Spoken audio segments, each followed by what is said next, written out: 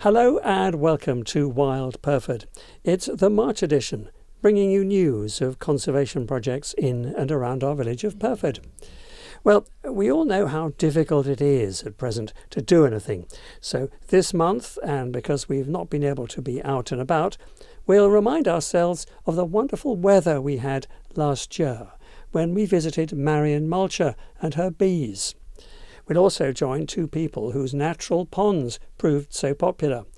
One was well established and quite large, while the other was very new and was the size of a bathtub, in avocado, of course. Well, that's where we'll start, by getting our feet wet and basking in the summer heat of last year. You'll recall I met up with Wendy Grimshaw and some of her friends, a couple of dragonflies as it happens, who'd just emerged from their chrysalis.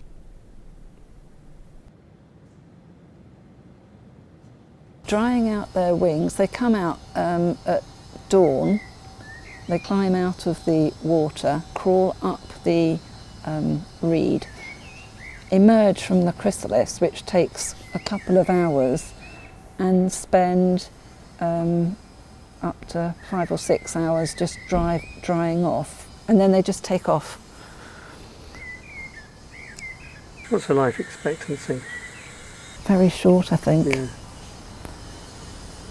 If you were going to build a pond, I would recommend making it as big and as deep as you can, because that attracts more wildlife, and in our country it's better with the winter weather. So what about algae? Is that an issue with a pond? It can be. If the sun is shining on your water, it can build up, and then you might have to do what I do, which is get the family involved in a pond clearing day, which is what we did during the lockdown, and all the family got involved and it was quite fun.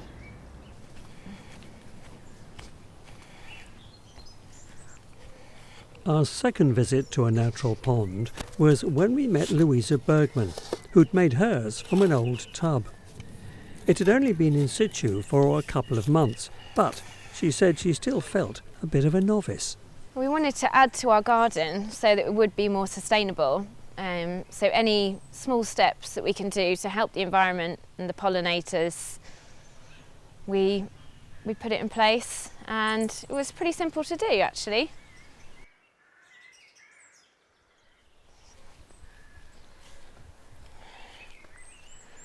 Yeah, I understand you've got a pond yourself. Have you got any advice that you can give me?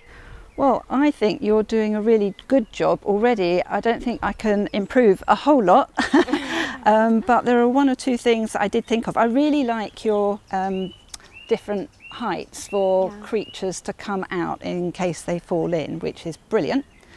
And I love your wild meadow. That's really great.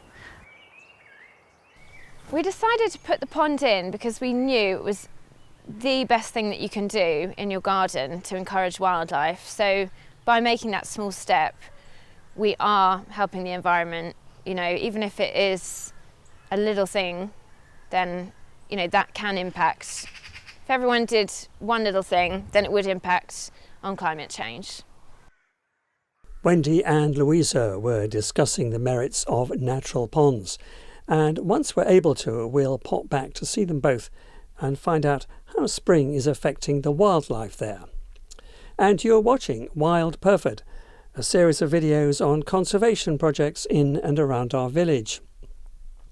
Our final item today is a look back to last September, when Carol Mitchell visited Marion Mulcher and her bees. You remember they both look quite fetching in their protective suits. And I'm not talking about the bees.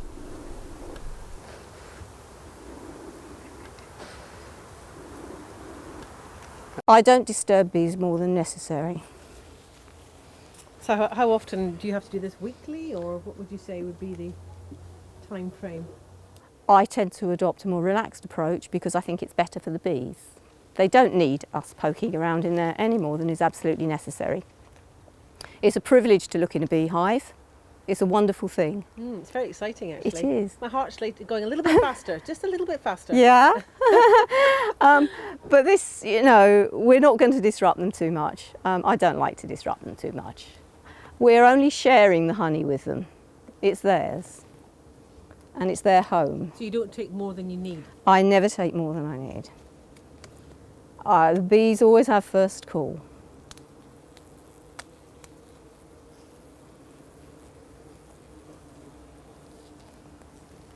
Now what you can see here is a frame of honey. Mm-hmm. And the bees are still working on it. So it's inside, isn't it? Yeah. And it's completely filled that one frame? Yes. The bees have built all that wax. They're secreting wax on their tummies from the wax glands, and they will mould that in their mouths and put it into to give it the capping. It's fascinating, isn't it? There's so much going on. There's masses going on. So much engineering, but also chemistry and... Yes. Yes, indeed. Bees are very important, we've established that. Yes. They're in decline. You know, the UK is one of the most nature-depleted countries in the world. So how do we in Pyrford help reverse that? What can we do? We can look after our habitat generally. We can ensure that we keep our open green spaces, that we plant nice friendly things in our gardens, that we do not use pesticides, that we treasure our street trees. And I'm sure there's loads more things. But these are all easy steps that people living in Pyrford can take baby steps and collectively it can all help. Collectively these things can help. Carol was talking to Marion Mulcher and discovering that there's a lot of science and chemistry in a beehive. Well, that's it for this month. Hopefully next time we'll have news on the many new trees that have been planted in our village and finding out about Pyrford's grass verges and community meadowland, plus our regular snapshots of various rewilding projects that continue in our neighbourhood. We finish with some shots of those amazing snowdrops and daffodils that have popped up everywhere, all of a sudden it seems, particularly in St Nicholas Churchyard. Thanks very much for watching. We'll be back next month, so I hope you can join us then. From all of us here, goodbye from Wild Pyrford.